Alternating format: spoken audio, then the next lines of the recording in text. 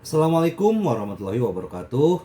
Salam sejahtera buat kita semua. Semoga kita semua dalam keadaan sehat jasmani dan rohani, tidak kekurangan satu apapun. Amin ya robbal alamin. Oke, Mimin akan melanjutkan cerita Liontin Giok Naganya. Tapi seperti biasa, bantu dulu tekan tombol like dan berkomentar juga Tuan dan Nona. Terima kasih sesudah dan sebelumnya. Bab 1486 sampai bab 1490. Lu Yue berkata, tentu saja ada orang. Sejujurnya, seseorang menghubungi saya tadi malam dan ingin membeli perahu mantra. Mereka akan datang sebentar lagi. Pada saat itu, siapapun yang menawarkan harga tertinggi akan menjualnya. Kepada siapa? Wang Jincai. Mendengar, baru setelah mengatakan ini aku mengerti mengapa Lu Yue tiba-tiba berubah pikiran. Dia mencibir dan berkata, kamu tidak perlu menggertak orang di sini. Aku tidak percaya ada orang lain yang berani membeli perahu mantra ini selain aku. Bukankah dia ingin hidup? Aku ingin melihat apakah ada adalah orang seperti itu. Sambil berbicara, Ye Chong dan Pan Wei sudah masuk. Seorang pelayan yang memimpin mereka berjalan ke arah Lu Yue dan mengucapkan beberapa patah kata. Lu Yue mengangguk, dan tersenyum pada Wang Jincai. Bukankah dia ada di sini? Kemudian, dia berdiri, berjalan ke arah Ye Chong dan Pan Wei, dan berjabat tangan dengan Ye Chong. Selamat datang, saya Lu Yue, kepala keluarga Lu. Anda menghubungi saya kemarin dan ingin membeli kapal mantra kami, kan? Ye Chong mengangguk. Wang Jincai melirik Ye Chong, matanya menjadi gelap. Dia berpikir dalam benaknya, apakah semua ini diatur oleh Lu Yue? Faktanya, orang ini ditemukan oleh Lu Yue, hanya untuk menaikkan harga darinya. Ataukah orang ini benar-benar ceroboh dan hanya ingin mencuri bisnis dariku? Memikirkan hal ini, Wang Jincai merasa sedikit khawatir. Jika sesuatu benar-benar terjadi dan dia tidak membeli kapal mantra, itu akan sangat buruk. Faktanya, Wang Jincai dititipi oleh geng perahu untuk membeli kapal jimat tersebut sebagai perantara. Harga yang dijanjikan geng perahu kepada Wang Jincai 1 poin lebih tinggi dari harga normal sebuah kapal mantra. Jika Wang Jincai memberikan harga ini sejak awal, Lu Yue pasti sudah setuju sejak lama. Hanya saja Wang Jincai serakah, dan untuk mendapatkan lebih banyak untuk dirinya sendiri, di pihak Lu Yue, dia mati-matian menurunkan harga, berharap untuk membeli perahu mantra dengan diskon 40%. Oleh karena itu, kedua belah pihak sudah lama bernegosiasi. Awalnya, Lu Yue tidak berdaya dan tidak punya pilihan selain menjual perahu mantra itu kepada Wang Jincai dengan harga murah. Tanpa diduga, Ye Chong muncul saat ini dan memberi harapan lagi pada Lu Yue. Wang Jincai memiliki firasat buruk di hatinya, jika dia benar-benar tidak membeli kapal jimat dan itu karena keserakahannya sendiri, dia tidak tahu bagaimana geng kapal akan menghadapinya. Memikirkan hal ini, tulang punggung Wang Jincai menggigil. Wang Jincai berdiri, memandang Ye Chong dan Pan Wei, dan bertanya dengan dingin, kamu berani datang ke sini untuk membeli kapal mantra? Dari penampilanmu, kamu berasal dari luar, kan? Ye Chong mengangkat bahu, yang setara untuk persetujuan. Wang Jincai melanjutkan, haha, begitu, nak, saya menyarankan Anda untuk bertanya terlebih dahulu. Jika Anda benar-benar ingin membeli perahu mantra ini, berhati-hatilah untuk tidak menikmatinya. Kata-kata Wang Jincai penuh dengan ancaman. Pan Wei mendengus dan berkata, jangan menakut-nakuti orang di sini. Kami tahu betul bahwa di belakangmu ada geng perahu. Bukan, geng perahu telah mengeluarkan perintah, jadi orang lain tidak berani membeli kapal jimat ini, kan? Wang Jincai mencibir. Haha, sekarang kamu tahu, kamu masih berani datang. Tahukah kamu apa yang akan terjadi jika kamu melawan geng perahu? Jika kamu tahu apa yang terjadi, keluar saja, Ye Chong berkata. Itu hanya geng perahu. Kami tidak menganggapnya serius. Mantra hari ini kami akan memesan perahunya. Wang Jincai tercengang. Tapi dia yakin sekarang bahwa Ye Chong dan Pan Wei pasti bukan orang-orang yang diatur oleh Lu Yue. Karena orang-orang yang diatur oleh Lu Yue tidak akan pernah berani mengatakan itu. Wang Jincai memandang kedua orang itu, apa maksudmu? Itu tidak menarik, kami di sini hanya untuk membeli kapal mantra. Ye Chong mengangkat bahu dan berkata sambil tersenyum. Wang Jincai melirik Lu Yue dan berkata, "Nona Lu, ini bukan cara kerja bisnis, kami telah membuat kesepakatan dan kontrak akan segera ditandatangani. Bagaimana Anda bisa berubah pikiran di menit-menit terakhir?" Lu Yue berkata, "Sebelum kontrak ditandatangani, tidak ada yang akan berpengaruh. Jika Anda memberi saya harga serendah itu, tetapi orang lain memberi Anda harga tinggi, tentu saja saya akan menjualnya kepada orang lain. Bukankah begitulah cara bisnis dilakukan?" Wang Jincai menyipitkan matanya. Matanya terpejam, dan dia sedikit panik saat ini. Dia melanjutkan, "Tidak sebaik ini. Aku akan memberimu 2 lapis lagi, jadi tidak apa-apa." Tapi Lu Yue menggelengkan kepalanya. Dia dan Wang Jincai telah bernegosiasi begitu lama, dan Wang Jincai lah yang terus harganya turun. Bahkan saat ini, Wang Jincai belum siap membeli dengan harga pasar. Lu Yue ingin memberitahu Wang Jincai bahwa inisiatif sekarang ada di tangannya. "Saya tetap mengatakan itu, harga tertinggi yang menang," kata Lu Yue. Wang Jincai mengertakkan gigi karena kebencian. Kemudian, Lu Yue mengundang Ye Chong dan Pan Wei untuk duduk. "Kalau begitu, mari kita ngobrol bersama," kata Lu Yue. Ye Chong bertanya, "Saya akan membeli 3 kapal mantra Anda dengan harga pasar." Mata Lu Yue berbinar ketika dia mendengar ini. Lagi pula, saat Ye Chong membuka mulutnya, itu adil. Harga pasarnya jauh lebih tinggi dari harga yang dibayar oleh Wang Jincai. Setelah Wang Jincai mendengar ini, wajahnya muram. Dia memutar matanya, dan tahu bahwa ini bukan waktunya untuk pelit. Jika tidak bisnisnya akan hancur, dan dia tidak akan bisa membuat kesepakatan ketika dia kembali. "Kalau begitu saya akan membayar sedikit lebih tinggi dari harga pasar, jual kepada saya," kata Wang Jincai. Lu Yue memandang Wang Jincai dengan heran. Dari awal hingga akhir, Lu Yue tidak pernah menyangka bahwa Wang Jincai sangat menginginkan perahu mantra itu. Sebelumnya, Wang Jincai terus menurunkan harga, seolah-olah Lu Yue memohon kepada Wang Jincai untuk membelinya. Lu Yue diam-diam memarahi dirinya sendiri karena bodoh. Sepertinya dia benar-benar bukan bahan untuk berbisnis. Namun, Wang Jincai terpaksa memberikan harga ini, sementara Ye Chong bersikap adil sejak awal. Oleh karena itu, Lu Yue secara alami mengembangkan kesan yang baik terhadap Ye Chong. Selama harga Ye Chong sama dengan harga Wang Jincai, maka Lu Yue secara alami akan memilih sisi Ye Chong. Memikirkan hal ini, dia memandang Ye Chong. Ye Chong juga sepertinya melihat pikiran Lu Yue, dan berkata, "Dengan cara ini, aku akan membayar sedikit lebih banyak daripada harga pria gendut ini." Mendengar ini, Wang Jincai hampir kehilangan kesabaran, dan menoleh ke arah Ye Chong dengan kejam. Kata Chong, "Nak, kamu hanya ingin bertarung melawanku, bukan?"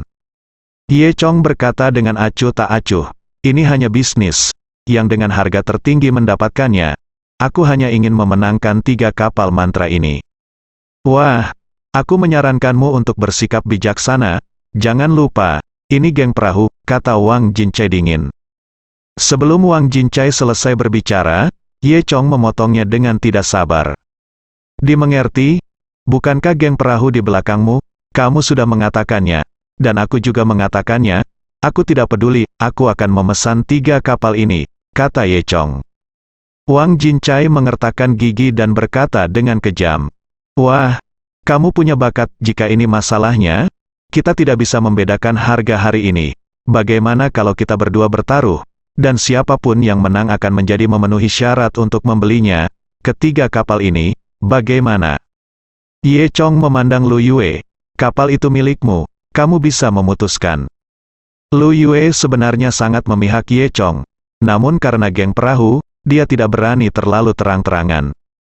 Dia diam-diam melirik Ye Chong, dan Ye Chong berkedip padanya seperti ini. Itu artinya dia sangat percaya diri.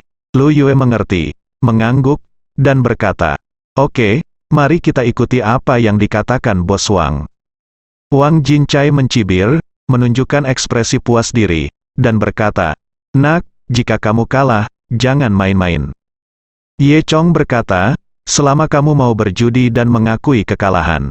"Hehe, lihat apa maksudmu. Apakah kamu pikir kamu akan menang sendiri?" Wang Jincai tertawa. Aku tidak takut untuk mengatakan yang sebenarnya. Aku adalah dewa penjudi di kota laut, dan aku terkenal dari jauh dan dekat. Hari ini aku akan membiarkanmu kalah tanpa celana tersisa, segera. Seseorang membawa 2 cangkir warna, dan ada 5 dadu di setiap cangkir warna. Wang Jincai berkata kepada Ye Chong, mari kita menyombongkan diri. Menyombongkan diri adalah cara yang umum dalam permainan bar. Setiap sisi memiliki 5 dadu, kocok dadu terlebih dahulu, dan kemudian Anda dapat melihat titik-titik di cangkir warna Anda. Lalu, satu orang mengatakan berapa poinnya, pihak lain dapat memilih untuk mempercayainya, atau mereka dapat memilih untuk tidak mempercayainya. Jika Anda memilih untuk percaya, Anda harus mengatakan sejumlah poin, dan jumlah ini harus lebih besar dari yang Anda katakan sebelumnya. Jika tidak, Anda akan kalah. Jika tidak percaya, pilih buka cangkir warna.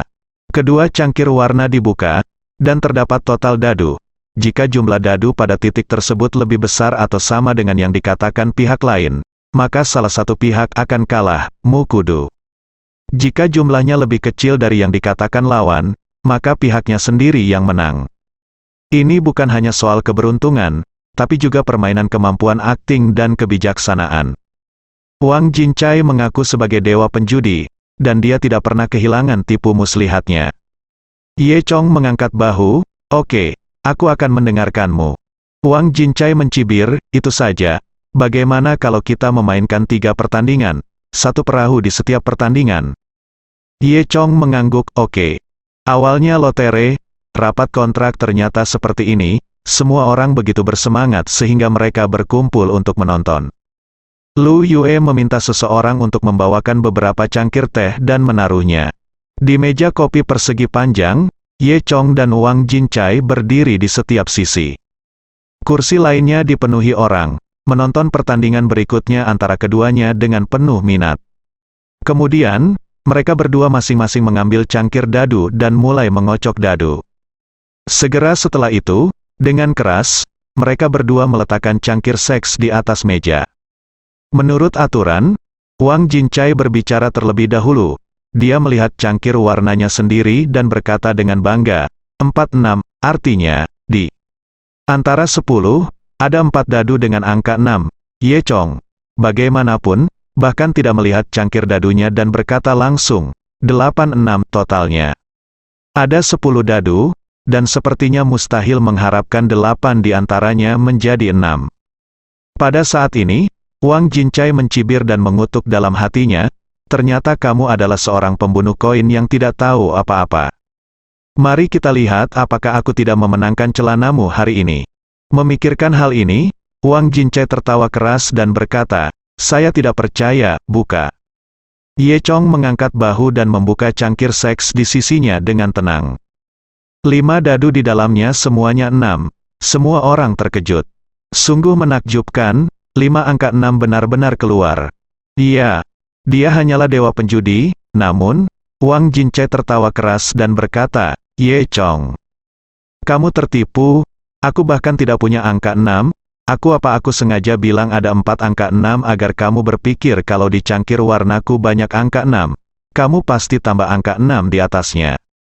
Hahaha, untung kamu kalau keluar 5 angka 6, tapi otakmu benar-benar terlalu pintar, bodoh. Wang Jincai berkata sambil membuka cangkir seksnya sendiri. Saat dia membuka tutupnya, Wang Jincai tercengang. Ada 5 dadu di cangkir warnanya, dan semuanya berjumlah 6, 10 dadu penuh, 10-6. Ini, bagaimana ini mungkin? Wang Jincai tercengang. Ye Chong tersenyum dan berkata, gendut, kamu benar-benar tahu cara berbicara omong kosong dengan mata terbuka. Jelas ada 5 atau 6 di cangkir warnamu. Apakah kamu masih mengatakan ada 1? Hei, sepertinya yang ini Ye Chong, aku menang. Pan Wei menimpali dari samping. Wang Jincai memandang Ye Chong dengan kejam, kamu curang. Ye Chong mengangkat bahu, ini adalah nafsumu sendiri, dan aku sangat jauh darimu. Bagaimana aku bisa menipu kamu? Kamu benar-benar tahu bagaimana melakukannya. Membual? Tidak heran kamu memenangkan setiap pertempuran.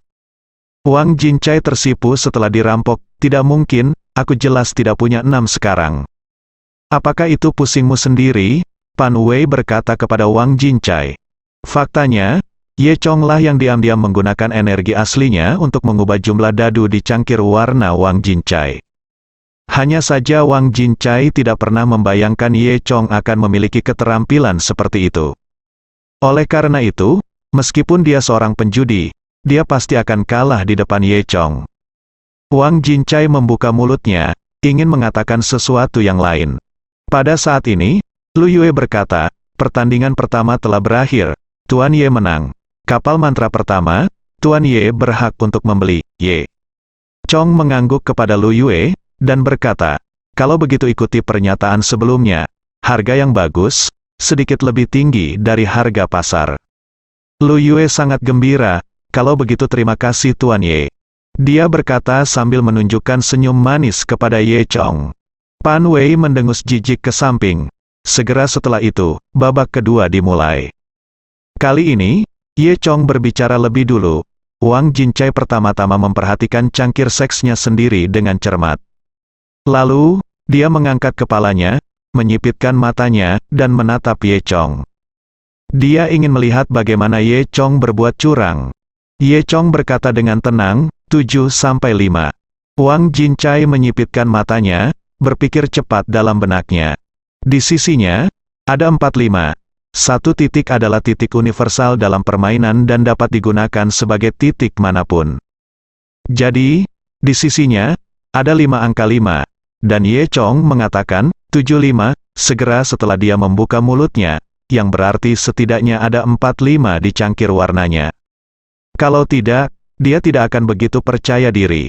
Memikirkan hal ini, Wang Jincai menyipitkan matanya, dan semakin dia memikirkannya, semakin dia merasa masuk akal. Kemudian, Wang Jincai melambaikan tangannya dan tertawa, 9-5. Ini sangat rumit. Jika Ye Chong tidak mempercayainya dan membuka cangkir warna, dia akan memiliki 55 di sisinya, dan menambahkan kemungkinan besar 45 di sisinya, itu akan menjadi 95. Jika Ye Chong mempercayainya, dia harus menawar lebih tinggi, dan jumlahnya harus lebih besar dari 9, yaitu 10. Wang Jincai tidak percaya bahwa cangkir warna Ye Chong juga berisi 5. Oleh karena itu, tingkat kemenangan Wang Jincai mendekati tak terbatas. Memikirkan hal ini, Wang Jincai tidak bisa menahan cibiran. Ye Chong masih berkata dengan tenang, saya tidak percaya, buka saja. Wang Jincai terkekeh, lalu membuka cangkir seksnya, dan 5 atau 5 muncul di depan semua orang. Semua orang kembali terkejut. Haha, apa kabar? Apa kamu tidak menyangka? Coba saya lihat berapa angka 5 yang kamu punya, Wang Jincai berkata sambil tersenyum. Ye Chong mengangkat bahunya dan berkata seperti Wang Jincai sebelumnya, tidak satu pun. Kemudian, dia membuka cangkir seksnya, hanya untuk menemukan bahwa tidak ada satupun 5 di dalamnya. Wang Jincai tampak bingung. Ini, kamu tidak punya 5. Kenapa kamu menyebutnya 75? Ye Chong tersenyum dan berkata, bukankah ini yang baru saja kamu ajarkan padaku tapi tidak peduli siapa. Tidak ada ekspresi yang tidak perlu di wajah setiap orang, seolah-olah mereka acuh tak acuh terhadap segalanya. Ternyata Ye Chong menggunakan trik yang sama seperti Wang Jincai tadi. Dia bilang ada 7 angka 5. Tapi sebenarnya dia tidak punya angka 5. Dia hanya ingin menipu pihak lain dengan berpikir bahwa dia punya banyak 5, dan kemudian pihak lain akan membuat keributan tentang 5. Ini adalah metode menipu orang yang Wang Jincai kuasai. Tanpa diduga, Ye Chong datang untuk memperlakukannya dengan caranya sendiri. Wang Jincai mengertakkan gigi bajanya dan menatap Ye Chong dengan ganas. Di babak kedua, Tuan Ye menang lagi. Kualifikasi untuk kapal mantra kedua juga menjadi milik Tuan Ye, kata Lu Yue. Ye Chong bertanya pada Wang Jincai sambil tersenyum, apakah kita akan datang untuk putaran ketiga? Dahi Wang Jincai dipenuhi keringat saat ini. Dia menyeka dahinya yang berminyak dengan lengan bajunya dan berkata dengan kejam, ayo, tapi kali ini, aku ingin bertaruh lebih besar denganmu.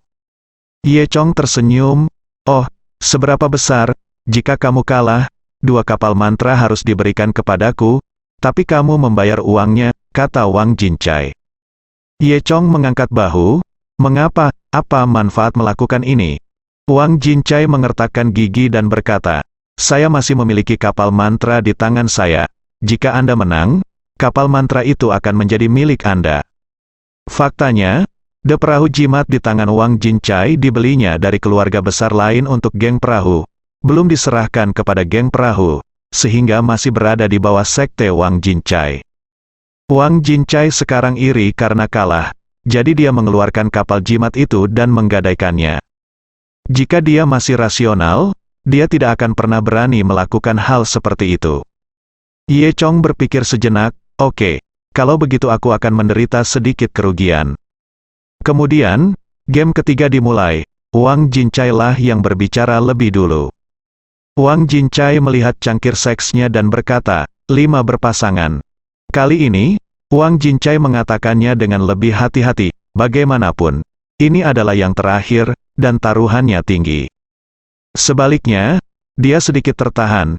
Ye Chong tampak acuh tak acuh, dan berkata langsung, 8 berpasangan. Ini segera membuat Wang Jincai merasa bodoh, padahal, di sisinya ada 4-2. Dia tidak tahu apa yang akan terjadi pada Ye Chong. Salah satu kemungkinannya adalah ada 5 pasangan di pihak Ye Chong. Dia tidak percaya dan membuka cangkirnya. Jika lebih besar dari 8-2, dia akan kalah. Jika dia percaya, dia akan mengatakan 9 angka 2 lagi.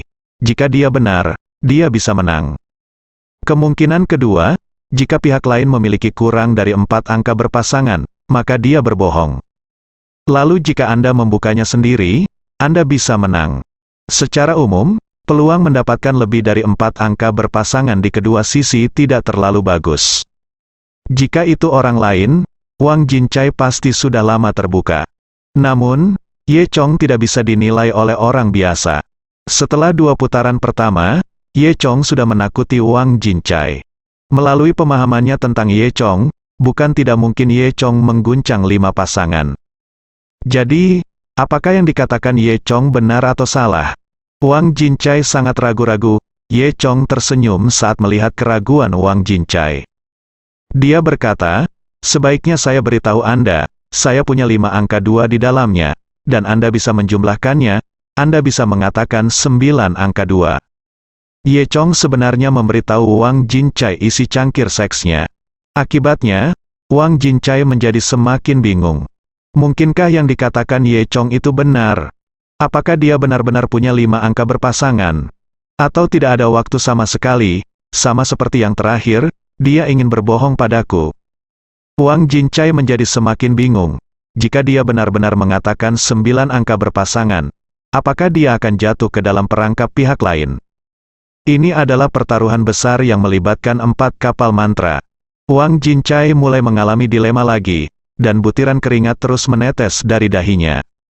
Pan Wei berkata, bisakah kamu cepat, aku sudah memikirkannya sejak lama. Wang Jincai mengertakkan gigi untuk terakhir kalinya dan berkata, Aku tidak percaya padamu, buka untukku. Ye Chong tertawa, dia hendak membuka cangkir seksnya.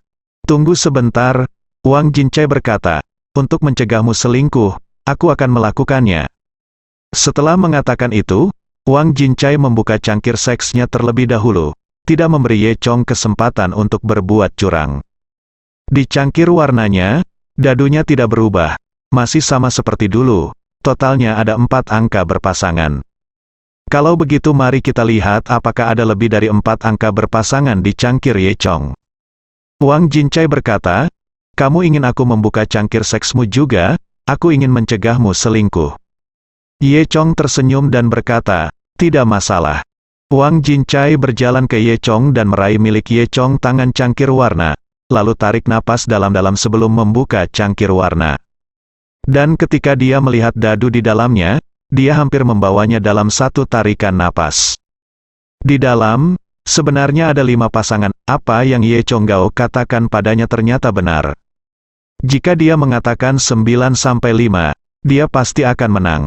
Wang Jincai sangat menyesalinya hingga dia hampir memuntahkan darah. Ye Chong berkata sambil tersenyum, kamu adalah satu-satunya yang masih dikenal sebagai dewa penjudi. Aku sudah memberitahumu semua kartu trufku, dan kamu masih bisa kalah. Kamu benar-benar pecundang. Kaki Wang Jincai menjadi lemah dan dia mundur 2 langkah. Terjatuh di sofa dengan bunyi pop dan agak sulit bernapas. Lu Yue berkata, kualifikasi untuk membeli kapal jimat ketiga adalah milik Tuan Ye. Wang Jincai hampir tidak mendengar dengan jelas dan hanya terengah-engah. Semua orang di sekitarnya menarik napas dan memandang pemuda Ye Chong dengan heran. Ye Chong berkata, ngomong-ngomong, ada kapal mantra keempat. Kapan kamu akan memberikannya kepadaku? Wang Jincai menghela nafas saat ini, wajahnya menjadi gelap, dan dia siap untuk menipu. Wah, kamu baru saja bermain bagus. Anggap saja itu sebagai kesenangan biasa. Sekarang, keluar dari sini, kalau tidak, ini akan menjadi jalan buntu, kata Wang Jincai. Apakah kamu mulai curang? Ye Chong tertawa. Itu benar, Wang Jincai berkata, saya baru saja curang. Bagaimana menurut Anda? Sudah kubilang, di belakangku ada geng perahu. Aku ingin memesan 3 kapal jimat ini. Sebelum dia bisa menyelesaikan kata-katanya, ada sebuah tampar wajahnya. Ye Chong memukul wajah Wang Jincai. Tamparan ini langsung membuat Wang Jincai pusing, dengan bintang di matanya, dan dia jatuh ke tanah sebelum dia bisa berdiri diam. Kedua gigi besarnya dicabut oleh Ye Chong Si. Ye Chong berkata, belum ada yang berani menipu saya dan mau mengakui kekalahan. Itu wajar saja. Saya juga memberitahu Anda bahwa tidak hanya 3 kapal jimat ini, tetapi juga kapal jimat yang Anda janjikan kepada saya adalah milik saya sekarang. Anda punya komentar? Wang Jincai menutup mulutnya dan tidak menjawab. Ye Chong berjalan mendekat dan menendang lengan Wang Jincai. Dengan sekali klik, lengan Wang Jincai langsung patah. Wang Jincai berteriak, oh, dia hanyalah seorang pengusaha biasa. Di mana saya pernah melihat orang yang begitu kejam seperti Ye Chong? Aku bertanya padamu, apakah kamu punya pendapat? Ye Chong bertanya lagi. Tidak, Wang Jincai berkata sambil meringis. Ye Chong lalu duduk kembali di kursinya. Para bos di sekitar semuanya tercengang. Ini bahkan lebih menjengkelkan daripada geng perahu. Wajah Wang Jincai dipenuhi keringat karena rasa sakit, dan butuh waktu lama baginya untuk bangkit dari tanah.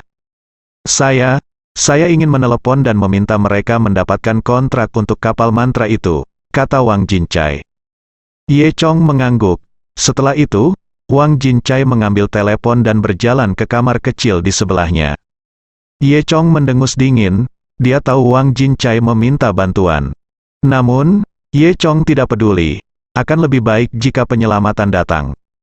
Di dalam gubuk, Wang Jincai mengeluarkan ponselnya dengan tangan sehatnya dan menelepon geng perahu.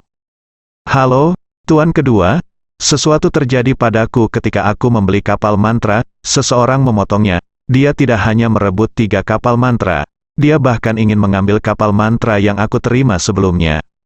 Saya tidak setuju. Jadi dia mematahkan lengan saya. Ini saya, bukan lawannya. Itu benar-benar melanggar hukum. Jangan menganggap serius geng kapal kami, kata Wang Jincai sambil mengipasi api. Hanya mendengarkan ujung telepon yang lain, suara marah segera keluar. Apa-apaan ini? Saya tidak percaya. Ada yang berani mengganggu saya. Beritahu saya alamatnya, dan saya akan pergi ke sana sekarang. Wang Jincai segera melapor punya alamatnya. Setelah menyelesaikan panggilan telepon, Wang Jincai kembali ke ruang tamu. Dia memasang ekspresi sombong, dan berkata kepada Ye Chong, orang yang bertanggung jawab akan tiba sebentar lagi. Jika Anda ingin perahu mantra, tunggu saja. Semua orang menjadi gugup, mengetahui bahwa Wang Jincai pasti telah menemukan pembantu geng perahu. Wajah Lu Yue menjadi sedikit pucat, dia diam-diam menarik lengan Ye Chong, dan berkata, Tuan Ye, jika tidak, jangan ikut campur dalam masalah ini, sebaiknya kamu segera pergi. Yang terpenting, dia mengkhawatirkan Ye Chong. Lu Yue diam-diam mengamati Ye Chong sebelumnya, dan dia menemukan bahwa Ye Chong sangat kuat dan pintar.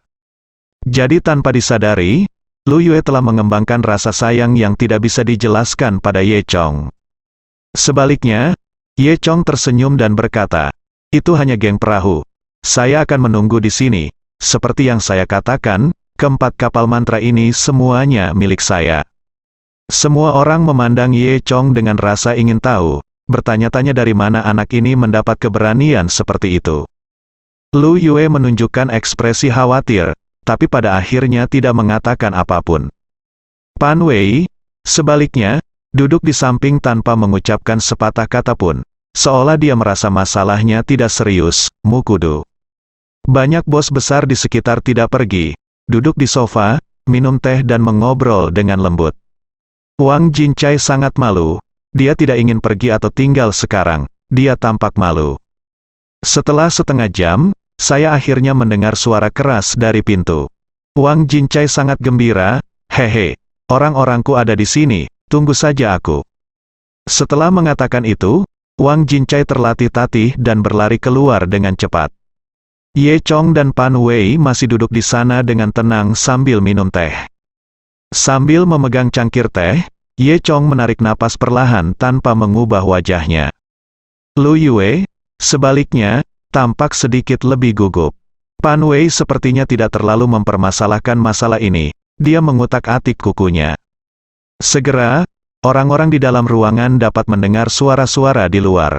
Di luar pintu, suara Wang Jinsai seperti antek berkata, "Hei, bos kedua, kamu datang di waktu yang tepat, bajingan itu ada di dalam sekarang. Lihat dia mematahkan tanganku, beraninya kamu datang ke sini. Aku benar-benar tidak ingin hidup untuk merebut perahu mantra kita." Kemudian, sebuah suara kasar terdengar, "Apa-apaan ini? Kenapa kamu tidak menyebutkan geng perahu bersamanya?" Mendengar suara ini, Ye Chong dan Pan Wei melihat saling memandang setelah sekilas. Mereka merasa suara itu sedikit familiar. Wang Jincai berkata, "Oh, ada baiknya untuk tidak menyebut geng perahu." Setelah menyebutkannya, mereka menjadi lebih buruk dan menghina reputasi geng perahu kita. Mereka sama sekali tidak peduli dengan geng perahu. Apa-apaan ini? Suasana hatiku sedang buruk 2 hari ini. Mari kita lihat siapa yang berani merajalela.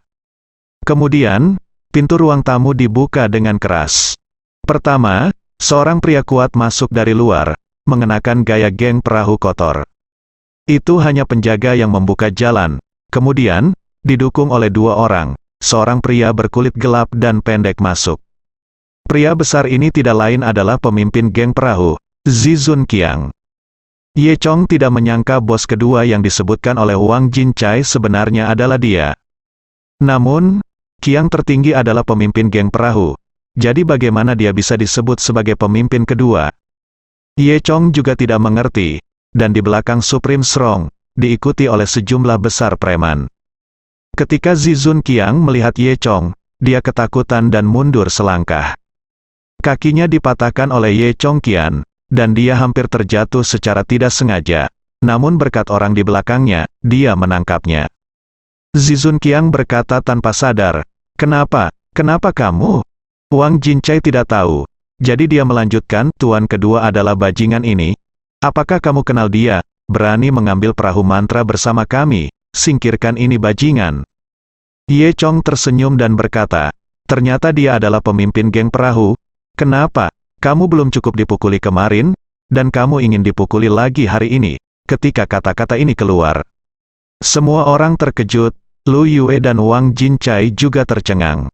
Ini adalah pemimpin geng perahu, namun, melihat penampilan pemimpin geng perahu, dia memang terlihat seperti baru saja dipukuli, dan kakinya masih diikat dengan kain kasa. Ye Chong mempermalukannya seperti ini, membuatnya kehilangan muka di depan adiknya dan semua orang. Namun, Supreme Qiang hanya menundukkan kepalanya dan tidak berani memarahinya kembali. Dia sudah tahu betapa kuatnya Ye Chong kemarin. Awalnya, suasana hatinya sedang buruk setelah dipukuli kemarin, jadi dia datang ke sini untuk melampiaskan amarahnya, namun akhirnya bertemu dengan orang yang sama lagi. Meskipun dia membawa sekelompok adik laki-laki baru hari ini, mereka juga merupakan sekelompok tuan yang lebih kuat. Namun, dia masih tidak berani memindahkan Ye Chong. Zizun Qiang memikirkannya sekarang, kakinya sakit. Wang Jincai, yang berada di sebelahnya, tidak memiliki penglihatan sama sekali dan masih memarahi Ye Chong tanpa henti. "Bang!" Zizun Qiang menamparkan wajah Wang Jincai, membuat Wang Jincai pingsan. Para petinggi di sekitar juga tercengang. Lu Yue juga tercengang. Mengapa geng perahu mulai berkelahi dengannya? Ye Chong berkata pada saat ini, baru saja kita berada dalam kompetisi yang adil, pria gendut ini tidak bisa mengalahkanku dan kehilangan 4 kapal mantra. Bagaimana menurutmu sekarang? Apakah kamu akan memenangkannya kembali untuk Wang Jincai? Tidak ada seorang pun yang berani berbicara dengan seseorang dari bot gang seperti ini. Di hadapan publik, Ye Chong menantang otoritas tertinggi. Dan Zizun Qiang tersipu, tidak berani menyerang.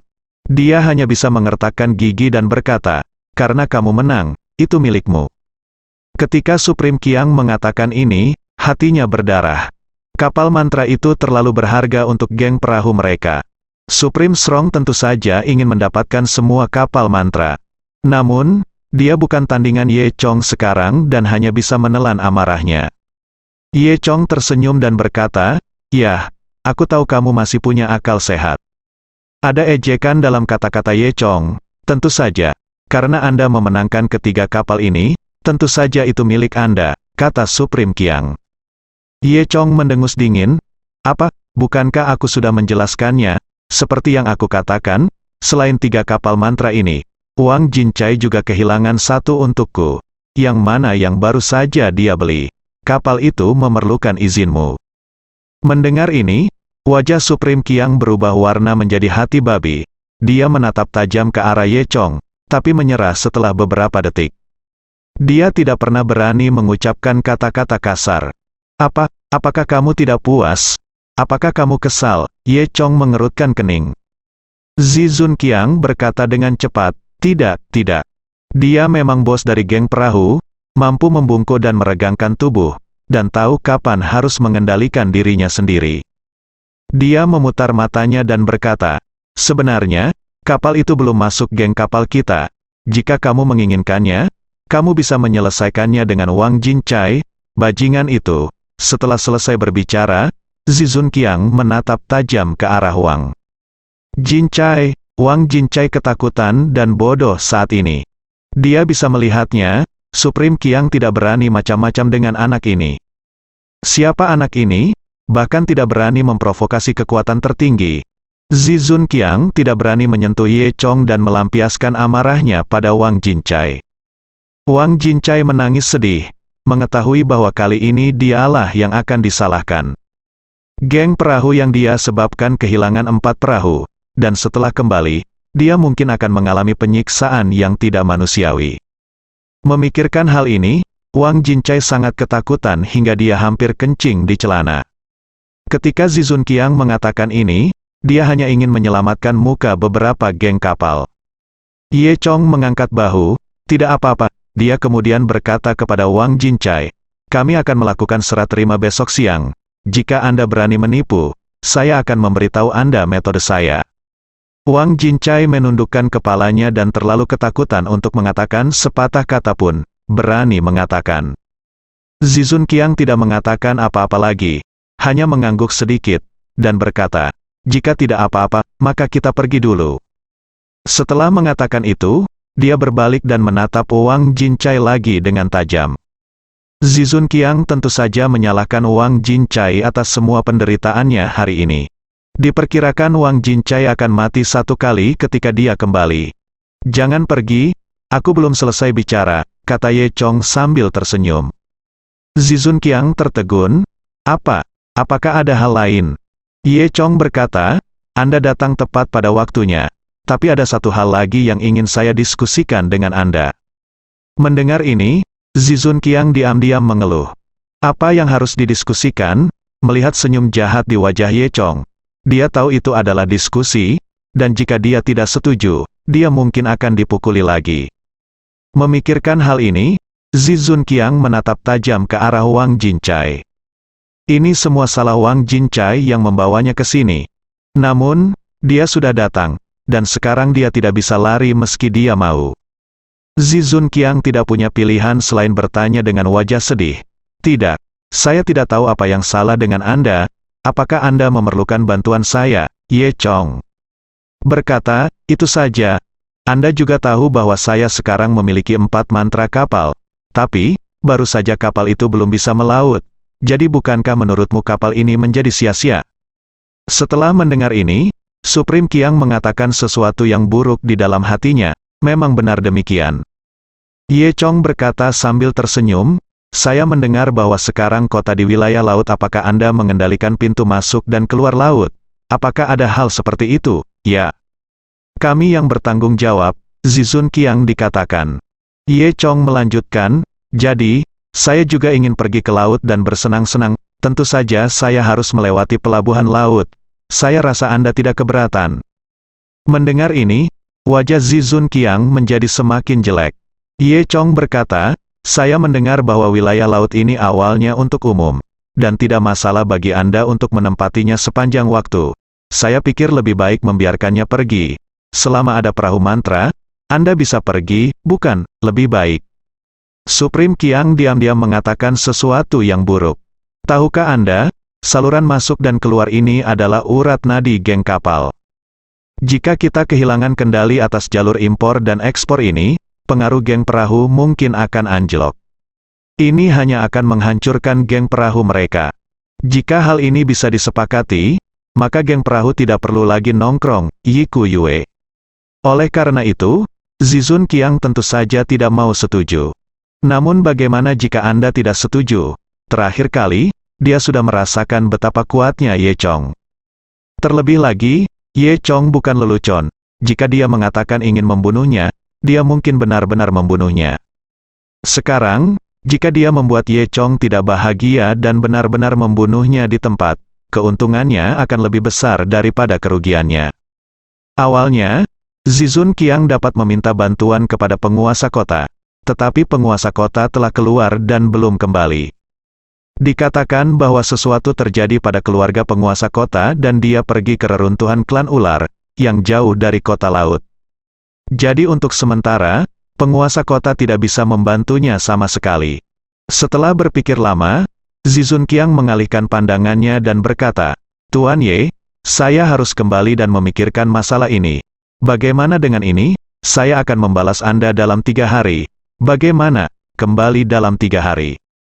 Tuan kota Anda seharusnya bisa kembali, oleh karena itu, ini hanyalah taktik dari kekuatan tertinggi untuk menunda serangan. Tentu saja Ye Chong tahu bahwa Supreme Qiang tidak akan pernah menyetujuinya dengan mudah. Zizun Qiang kini hanyalah rencana untuk menunda serangan. Namun, Ye Chong tidak akan membiarkan rencana jahat Agung Qiang berhasil. Ye Chong berkata, aku akan memberimu 2 hari. Qiang tertinggi membuka mulutnya. Dalam 2 hari, saya tidak tahu apakah penguasa kota akan kembali. Namun, memiliki 2 hari ini lebih baik daripada tidak sama sekali. Zizun Qiang tidak punya pilihan selain setuju, dan kemudian dia membawa orang-orang itu pergi. Setelah orang-orang dari geng perahu pergi, Ye Chong juga menandatangani kontrak dengan Lu Yue. Ye Chong membeli 3 kapal mantra sesuai dengan harga yang dinegosiasikan sebelumnya. Termasuk kapal Wang Jincai, Ye Chong kini memiliki 4 kapal mantra di tangannya.